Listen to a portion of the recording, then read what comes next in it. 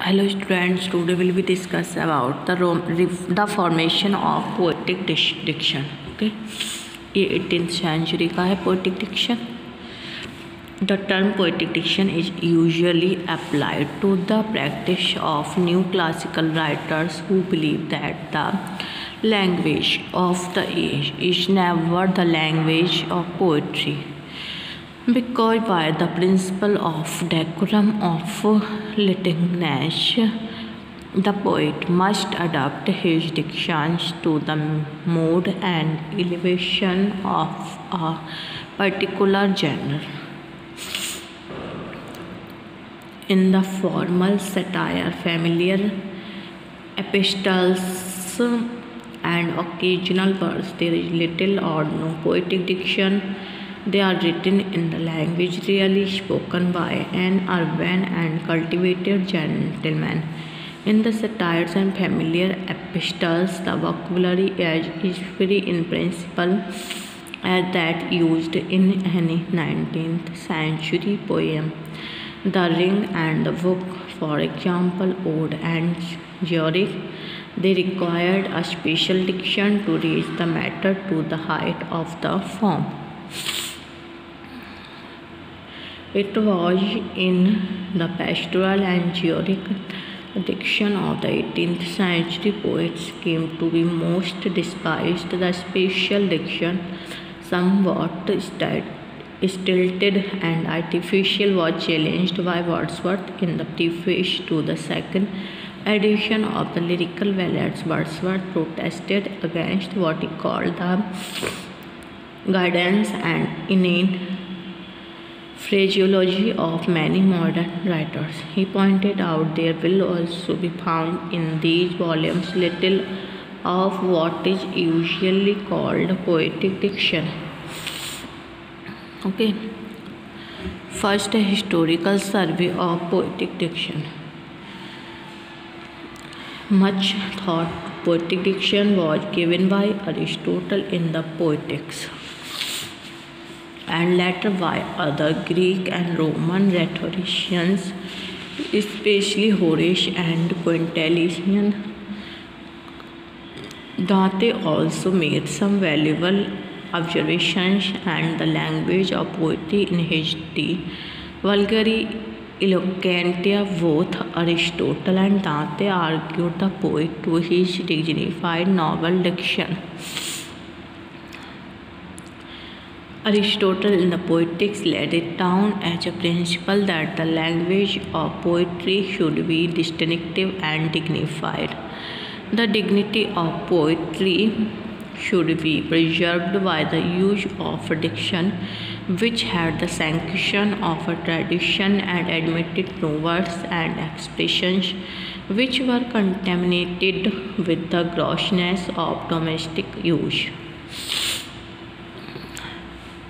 During the period of the Renaissance, when classical influence was dominant, Aristotle's canons of poetic diction governed the attitude of most of the writers, though the words of Chaucer and much of Shakespeare's greatest poetry were written in a language which had an echo in the vernacular.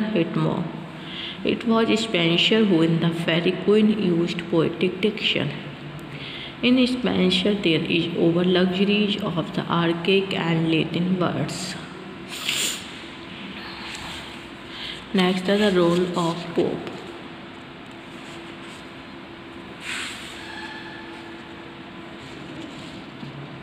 Next is 18th century poetic diction.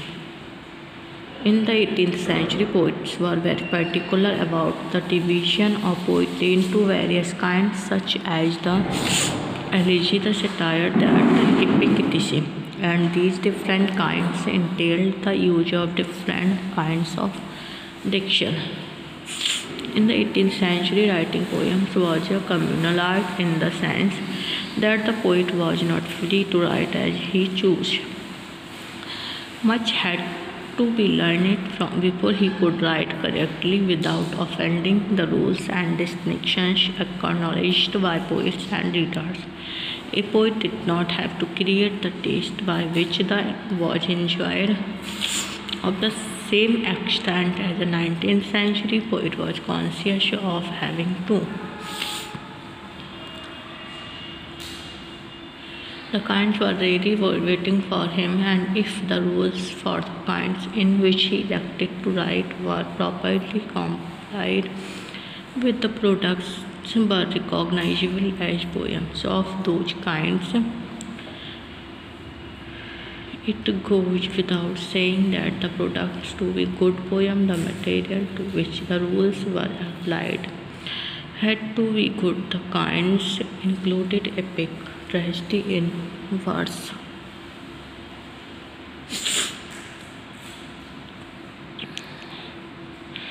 Pindaric, elegy, heroic and familiar, epistle, pastorally, lyric, occasional verse. Pope used the term poetic diction in the preface to his translation of the Iliad to mark the difference between the vocabulary of poetry and prose, and his instances are figures and compound epithets. Pope wrote, if we descend from hence to the expression, we see the bright imagination of Homer shining out in the most living forms of it. We acknowledge him the father of poetic diction, the first who taught that language of the gods to Homer seems to have affected the compound epithets. This was a sort of composition peculiarly proper to poetry, not only as it heightened the diction, but as it assisted and filled the numbers with greater sound and pomp, and likewise conduced in some measure to thicken the image.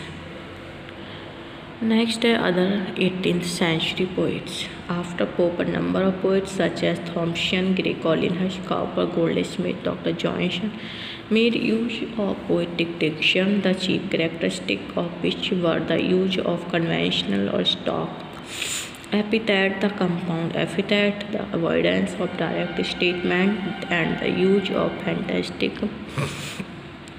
phraseology. The immediate predecessors of Pope dealt largely with nature and their lack of genuine love and the direct observation of natural objects led some poets to the use of artificial diction.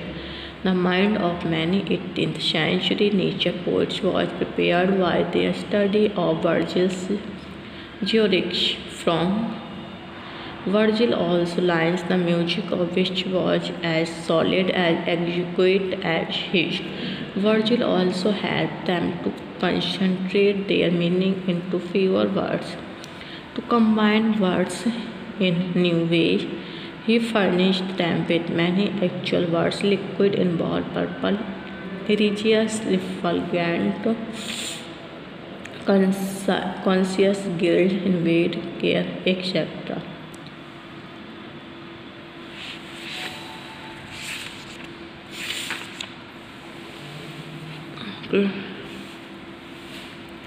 He pointed out there will also be found in these volumes little of what is usually called poetic diction, as much pain has been taken to avoid it as is ordinarily taken to produce it. Wordsworth believed there neither is nor can be an essential difference between the language of prose and metrical composition. But Coleridge did not agree to Wordsworth's theory of poetic diction and maintained that the use of meter in poetry necessitated the use fact. Sage Lascelles, Abercrombie, literary language differs from ordinary language by the conscious and deliberate use in it of powers additional to the force of grammatical meaning, powers which are only casually employed in common speech. The language of poetry suggests more than meets the eye.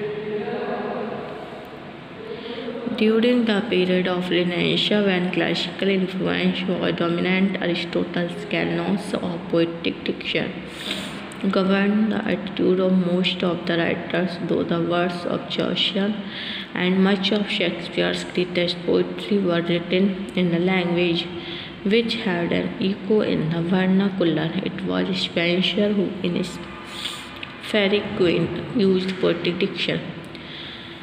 In Spenser, there is the deadly earth to be eternized, the verdant fields, nights humid curtain make their first appearance with Spenser.